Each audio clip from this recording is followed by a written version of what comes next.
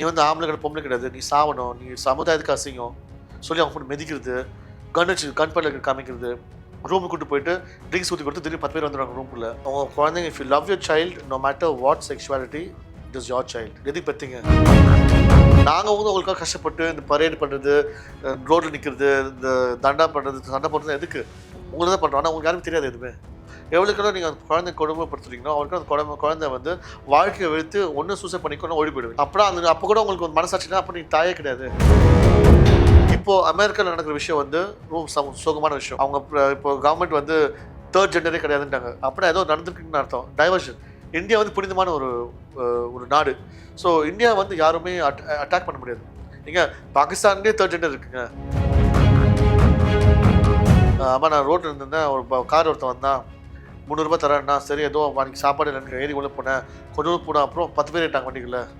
ஏறிட்டு என் முடி போட்டு ஷேவ் பண்ணி துணியெலாம் கீழ்ச்சி போட்டு நானுமா அடிச்சு போட்டு ஒடுக்கு போய் என் மேலே ரோட்டில் அவுத்து போயிட்டாங்க மேலே. Low interest, flexible repayment, minimal documentation. Repco Home Loans. தங்கம், வைரம், வெள்ளி தள்ளுபடி திருவிழா. தங்க நகைகள் சேதாரம் 1% குறைவு. வைர நகைகள் கேரட்டுக்கு 5000 குறைவு. உங்க லலிதால விலையை கம்பேர் பண்ணுங்க. எங்க கம்மியோ அங்க வாங்குங்க. கருப்பை புற்றுநோய் குறித்த சந்தேகங்களுக்கான தங்கம் ஹோப்பை இலவசமாய் அணுகுங்கள்.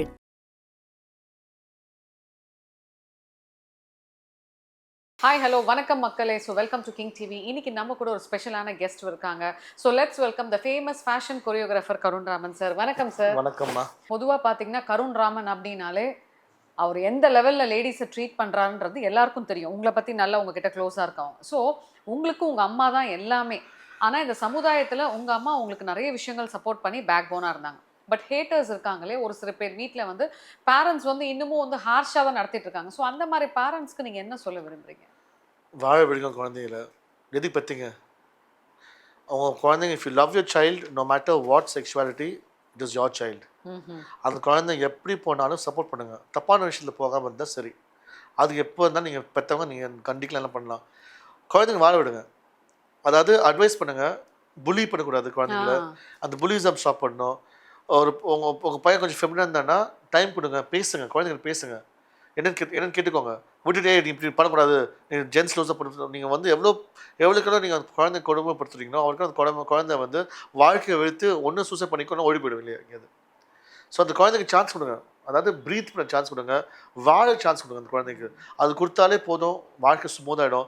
எல்லா திருநங்க பேரண்ட்ஸ் வந்து அந்த குழந்தைங்களை மட்டும் அக்செப்ட் பண்ணாங்கன்னா இந்த செக்ஸ் ஒர்க்கு, இந்த மர்டர் எதுவும் நடக்காது. எதுக்கு நடக்குது? தொடுத்துட்டாங்க வெளியே. அதுங்களுக்கு செத்து பண்ணால் கூட அந்த பாடியை பொறுக்கிறதுக்கு யாருமே இல்லை. பெற்ற குழந்தை தானே, உனக்கு எப்படி மனசு வரும்? நாளைக்கு வந்து ஒரு குழந்தை வந்து திருநங்கை மாதிரி எங்கேயும் வெளியே போயிடுச்சு. ஒரு 10 வருஷத்துக்கு அப்புறம் திருநங்கை எங்கேயும் தூக்கு வந்து செத்து போச்சு. நீங்கள் வீட்டில் உட்காந்து டிவி பார்த்துருக்கீங்க, அவங்க குழந்தைங்க இருக்குது தெரியாது உங்களுக்கு. குழந்தை செத்து போச்சு.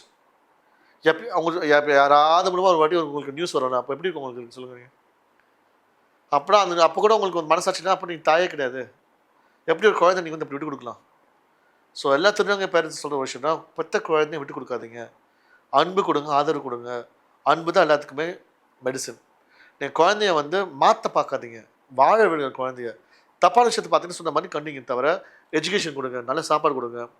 எவ்வளோ எங்கள் வீட்டில் வேலை செய்கிறவங்களாம் அவ்வளோ கஷ்டப்படுறாங்க குழந்தைங்க படிக்க வைக்கிறதுக்கு. அது பெருமையான விஷயம். நான் வந்து கேட்டேன் எங்கள் வேலை செய்கிற பொண்ணு வீட்டில், அம்மா அவங்க வீட்டில் இந்த மாதிரி ஒரு பையன் தான் நீ பார்த்துப்பீங்களா அப்படின்னு. நிச்சயமாக தம்பி பார்த்துப்பேன்றாங்க என்கிட்ட. ஸோ அதெல்லாம் கேட்கும்போது சந்தோஷமாக இருக்குது. இதே நான் வேறு ஒரு வீட்டுக்கு போய் கேட்டிருந்தாங்கன்னா, ஐயோ வேணாம் அதெல்லாம் தலைவலி நமக்கு அப்படின்வாங்க. ஸோ எல்லா வீட்லேயும் ஒரு மாதிரி ஒரு அபிப்பிராயம் இருக்குது, அதை மாற்ற முடியாது. ஆனால் என்னை கேட்ட வரைக்கும் இப்போது அமெரிக்காவில் நடக்கிற விஷயம் வந்து ரொம்ப சோகமான விஷயம். அவங்க இப்போ கவர்மெண்ட் வந்து தேர்ட் ஜெண்டரே கிடையாதுன்ட்டாங்க. ஆமாம், உள்ளே மேல் அண்ட் ஃபீமேல்ட்டாங்க. அவ்வளோ கொடுமையான விஷயம் நடக்குது, எவ்வளோ பிரச்சனை நடக்குது. எதுக்கு இதை மட்டும் டார்கெட் பண்ணுறாங்க? அப்படின்னா ஏதோ நடந்திருக்குன்னு அர்த்தம். டைவர்ஷன். ஏதோ ஒரு பெரிய விஷயத்தை கவர் பண்ணுறதுக்காக அந்த விஷயத்தை போட்டு பாவம் தெரிஞ்சாங்க எப்படி டார்ச்சர் பண்ணுறாங்க. ஹெச்ஐவி மெடிசின்ஸு, எஸ்டிடி மெடிசன்ஸ் எல்லாம் ஸ்டாப் பண்ணிட்டாங்க இந்தியாவுக்கு. அவள் எவ்வளோ மோசமான விஷயம். அப்போ வாழ்றவங்க செத்து போயிடுவாங்களே. அவங்க வாழ்றதே மருந்துக்காக தான். ஏன் இந்த பனிஷ்மெண்ட்? ஈவில். அதே ஒரு வகையில் ஒரு கிரிமினல் அஃபென்ஸ் தானே அது. நீ வந்து உனக்கு அவங்க வந்து ஏதோ ஒரு மைண்ட் செட்டில் இருக்காங்க. ஆனால் nobody can stop us. We're all over the world. நீங்கள் எவ்வளோ ரூல்ஸ் போட்டாலும் என்ன பண்ணாலும் எங்களை அழிக்கிறதுக்கு யாருமே கிடையாது, கடவுள் தவிர.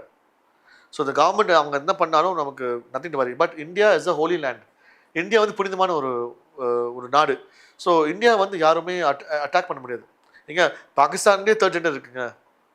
அவர் முஸ்லிம் கண்ட்ரீஸில் அவர் அக்செப்ட் பண்ணியிருக்காங்க பண்ணும்போது America is going back to the stone age. So ஏதோ it's very unhappy to see all this. அதனால என்ன ஆகுது, இப்போது இந்தியாவுக்கு வர எல்லா மெடிசன்ஸும் ஸ்டாப் ஆகுது இந்த ஹெச்ஐவி ப்ரிவென்ஷனுக்கும் எஸ்டிடிஸ்க்கும். ஆனால் நிச்சயமாக நம்ம Indian doctors will definitely come up with something better. I have a strong feeling. அதுவும் இல்லாமல் நம்ம கவர்மெண்ட் வந்து அவ்வளோ ரொம்ப பெருமையான ஒரு கவர்மெண்ட், ரொம்ப சந்தோஷமாக பார்த்துப்பாங்க. I hope and wish that nothing affects us. ஆக்சுவலாக நம்ம அட்வான்ஸாக போயிட்டு தான் இருக்கோம். பட் ஸ்டில் சொசைட்டியில் வந்து பார்த்தீங்கன்னா அந்த வீக்காக இருக்கிறவங்க மேலே ஒரு ப்ரெஷர் போட்டுக்கிட்டே இருக்காங்களே. ஆமாம், அது வந்து நிற்காதுங்க. ஆ நான் ஒரு சென்னை ரொம்ப ஃபேஸில் சொன்னேன், இந்த புல்லிங் நிற்காது. நீ எவ்வளோ இன்டர்வியூஸ் பண்ணாலும், நீ என்ன பண்ணாலும், இந்த தொந்தரவு பண்ணுறது, டார்ச்சர் பண்ணுறது நிறுத்தாது. அது நடந்துகிட்டே இருக்கும். நம்ம தான் நம்ம தைரியமாக இருக்கணும், சுற்றி இருக்கணும், நம்ம தைரியம் வச்சுக்கணும். ஃபிட்டஸ்ட் ஆஃப் த ஃபைனஸ் சொல்லுவாங்க. அதான் நீ ஃபைனாக தான் நீ ஃபிட்டாக இருப்பேன். உங்கள் ரைட்ஸை தக்க வச்சுக்கிறதுக்கு நீங்கள் எந்த லெவலில் இறங்கியிருக்கீங்க? நிறைய இருக்குமா, அதாவது நானே அர்ப்பணிச்சிட்டேன் கம்யூனிட்டிக்காக. மீதி பேர் அந்த பார்ட்டிங்க, லைஃப் ஸ்டைலு. நான் தான் பெங்களூர் அந்த ஃபங்க்ஷன் போகும்போது பார்த்தேன், எல்லாருமே அங்கே வந்து அவ்வளோ நல்லா பார்ட்டி பண்ணுறாங்க, இது பண்ணுறாங்க. ஆனால் ஹூஸ் ஃபைட்டிங் ஃபேர்னு கேட்டேன்னா, do you know of all this parties and all this makeup and all this functions, how's it happening? Because of people like us. நாங்கள் வந்து உங்களுக்காக கஷ்டப்பட்டு இந்த பரேடு பண்ணுறது, ரோட்டில் நிற்கிறது, இந்த தண்டா பண்ணுறது, சண்டை போடுறது எதுக்கு? உங்களுக்கு தான் பண்ணுறோம். ஆனால் உங்களுக்கு யாருக்கும் தெரியாது எதுவுமே. இந்த கம்யூனிட்டி பார்த்தீங்கன்னா முக்கால்வாசி அந்த கம்யூனிட்டிகளும் யூனிட்டி இல்லைம்மா. நடுவில் பார்த்தீங்கன்னா திருநாங்க போட்டு அடிச்சுட்டாங்க, உள்ளுக்குள்ளே பிரச்சனை. இப்போ யாரும் அது பேசுறதில்ல. மீடியா வந்து அதை காமிச்சிட்டே இருப்பாங்க. ஒரு 10 வாட்டி 14 வாட்டி போர் வச்சு போயிடும். அவ்வளோ பெரிய பிரச்சனை எதுவுமே இல்லை, முஸ்லிம் போயிடுச்சுப்போம். எதுக்கு அந்த சண்டை சச்சரவு தேவையில்லையே. உள்ளுக்குள்ளே அந்த அண்டர்ஸ்டாண்டிங் இருந்துச்சுன்னா பிரச்சனை வராது. செக்ஸ் ஒர்க்கர்ஸ் பற்றி உங்கள் அபிப்பிராயம்? பாவம், வாழ்வதரம். அவங்கள வந்து நான் தப்பாக சொல்ல மாட்டேன். ஆனால் நிச்சயமாக உலகம் மாறுது.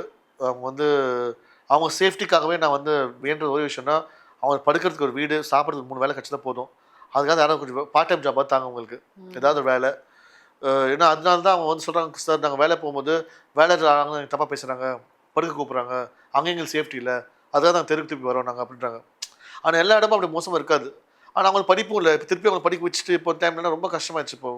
இப்போ வந்து there's no time for that. So சின்ன வயசுல யாராவது திருநங்கை வந்தாங்கன்னா, அவங்களோட நானியோ அவங்களோட நாயக்கோ யார் இருந்தாங்களோ அவங்கள வந்து படிக்க வச்சுடுங்க. படிக்க வச்சுட்டாலே அந்த குழந்தைக்கு கொஞ்சம் அந்த திருநங்கைக்கு ஒரு வாழ்க்கை அமையும். படிக்க வச்சுட்டு அவங்களுக்கு வேலை வாங்கி கொடுத்துருக்காங்க. ஏன்னா முந்திலாம் திருநங்கை எல்லாம் வந்த உடனே அனுப்பிச்சிடுவாங்க ரோடுக்கு, தண்டா பண்ணுறதுக்கும் தொழில் பண்ணுறதுக்கும். அது அனுப்பாமல் படிக்க வைங்க, அது புண்ணியமே போய்டும் உங்களுக்கு. சரி, ஆக்சுவலாக ஒரு சில திருநங்கைகளே சொல்கிற ஒரு விஷயம் என்ன அப்படின்னு பார்த்தீங்கன்னா, அந்த செக்ஸ் ஒர்க்கிங்கில் வந்து நல்ல மணி எடுக்கிறாங்க, அதனால அவங்க வந்து ஒர்க்குக்கு போகிறதுக்கு விரும்ப மாட்டாங்க. இல்லைம்மா, செக்ஸ் ஒர்க் எதுவுமே கிடையாதுமா. 2000 ரூபா 300 ரூபாம்மா. அதெல்லாம் எவ்வளோ பொண்ணுங்க தவிச்சிருக்காங்க. நான் சொல்லியிருக்கேன் இன்டர்வியூஸில். ரோட்டில் ஒரு பொண்ணாடி கூட ஒரு பொண்ணு சொல்லிச்சுக்கிட்ட, அம்மா நான் ரோட்டில் இருந்தேன், ஒரு கார் ஒருத்தன் வந்தான், 300 ரூபா தரேன்னா, சரி ஏதோ அன்றைக்கி சாப்பாடு எனக்கு ஏறி உள்ளே போனேன், கொஞ்சம் போனேன். அப்புறம் 10 பேர் ஏறிட்டாங்க வண்டிக்குள்ள.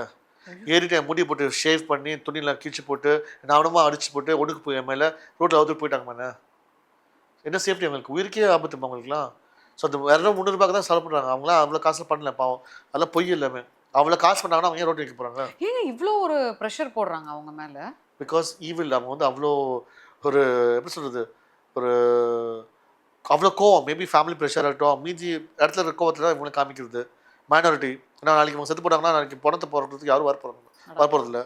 அது திமுறில் பண்ணுறது. நீ வந்து ஆம்பளை கிடையாது, பொம்பளை கிடையாது, நீ சாவணும், நீ சமுதாயத்துக்கு அசிங்கம் சொல்லி அவங்க போட்டு மெதிக்கிறது, கன் பல்ல காமிக்கிறது, ரூமுக்கு கூட்டு போயிட்டு ட்ரிங்க்ஸ் ஊற்றி கொடுத்து திடீர்னு 10 பேர் வந்துடுவாங்க ரூமுக்குள்ளே. என்ன பண்ணுவோம் திருநங்க? எவ்வளோ பேர் பயந்துருக்காங்க தெரியுமா? அந்த ரூம் விட்டு வெளியே இருந்தால் அந்த டக் அந்த ஒரு செகண்ட் வந்து அவங்களுக்கு ஒரு நெஞ்சில் அவ்வளோ பரபரப்பு. எப்படி வெளியே வருவோம், எப்படி எஸ்கேப் ஆகும்? ஒருத்தர் குடிச்சுட்டு இருக்கான், அவன் மேலே உட்காந்து ஒணுக்கு போகிறான் மூஞ்சில். எப்படி இருக்கும் சொல்லுங்க? அப்படி குடும்பப்படுத்துவாங்க நான் திருநங்கை போட்டு விடுங்க. ஒருத்தர்லாம் திருநங்கை முடியை ஷேவ் பண்ணியிருக்காங்க தலையை. அப்படிலாம் அவனுக்கு ஆம்பளைங்களா? நிச்சயமாக சொல்கிறேன், இதெல்லாம் பண்ணாமல் நிச்சயமாக வாழ்க்கையில் ஏதாவது பிரச்சனை வந்திருக்கும். ஒன்று அவனுக்கு ஏதாவது ஒரு பிரச்சனை மாட்டிருப்பாங்க, நல்லா கடலை பார்த்து ஏதாவது பண்ணியிருப்பாங்க அவனுங்களை. அவனுக்கு சந்தோஷம் வாழ மாட்டானுங்க அந்த மாதிரி பசங்களாம். அவ்வளோ கொடுமையான ஆளுங்க இருக்காங்க அந்த உலகத்தில். இப்போ புரியுது அவங்களுக்கு, நாங்களும் வெளியே போகிறீங்க, அம்மா நான் பயப்படுறாங்கன்னு, எதுவும் ஆகக்கூடாதுன்னு சொல்லிட்டு. நியாயமான. ஸோ இருக்கிறவங்களுக்கு இல்லாதவங்களுக்கு அப்படி இருக்கும்போது இருக்கிறவங்களுக்கு பயமாக இருக்குமா சொல்கிறீங்க? சேஃப்டி இன்க்ரீஸ் பண்ணுறதுக்கு என்ன பண்ணால் நல்லா இருக்கும்னு நினைக்கிறீங்க? போலீஸ் ரொம்ப சப்போர்ட்டிவாக இருக்காங்கம்மா. அது ஒரு விஷயத்தில் நம்ம நோன்னு சொல்லக்கூடாது. அவங்களுக்கு அந்த இப்போ வந்து அந்த அழிதல் புரிதல் வந்துருச்சு. முந்தி வந்து கொஞ்சம் அவங்களுக்கு அவ்வளோ புரியல. ஆனால் இப்போ வந்து அவ்வளோ கேம்பெயின்ஸு கவர்மெண்ட் சப்போர்ட் பண்ணுறதை பார்த்தோன்னா நிறைய படங்கள் சோஷியல் மீடியா வந்தபோது அவங்க புரிஞ்சு சரி அவங்க இந்த வகையில் கம்பேர் பண்ணி police is very supportive. Maybe 1 or 2 people அந்த அது யாரையும் மாற்ற முடியாது. ஆனால் மெஜாரிட்டி பார்த்தீங்கன்னா இப்போ வந்து Tamil Nadu is very safe city also. So அந்த வகையில் பயப்படுறதுக்கு எதுவுமே இல்லை. போலீஸ் எப்போதுமே இருக்காங்க. ஆனால் எப்போதும் சொல்ல விஷயம், தப்பான இடத்துல தப்பான டைமில் இருக்காதீங்க. எப்போதுமே சேஃபாக இருங்க. உங்களுக்கு ஒரு விஷயம் சரி பண்ணலன்னா அந்த இடத்துக்கு போகாதீங்க. எப்போதுமே ஒரு ஃப்ரெண்டோட ஃபோனில் டச்சில் இருங்க. கேபில் இருக்கட்டும், தனியாக போகிறீங்க, ஃபோட்டோ அனுப்புங்க, மெசேஜ் அனுப்புங்க. அலுஃபாக இருக்காதீங்க. சேஃபாக இருந்தீங்கன்னா உங்கள் வாழ்க்கை நீங்கள் தான் உங்கள் வாழ்க்கை பார்த்துக்க முடியும். வேறு யாராலையும் முடியாது. Safety is in your hand. Mid night parties நிறைய பேர் போறாங்க. ஸோ அந்த இடத்துலயும் நிறைய பயமா இருக்க பொண்ணுங்களை தைரியமா போறாங்க. இப்பெல்லாம் கேப் பிடிச்சிட்டு அதுதான் பசங்க பயப்படுறாங்க, பொண்ணுங்க தைரியமா இருக்காங்க.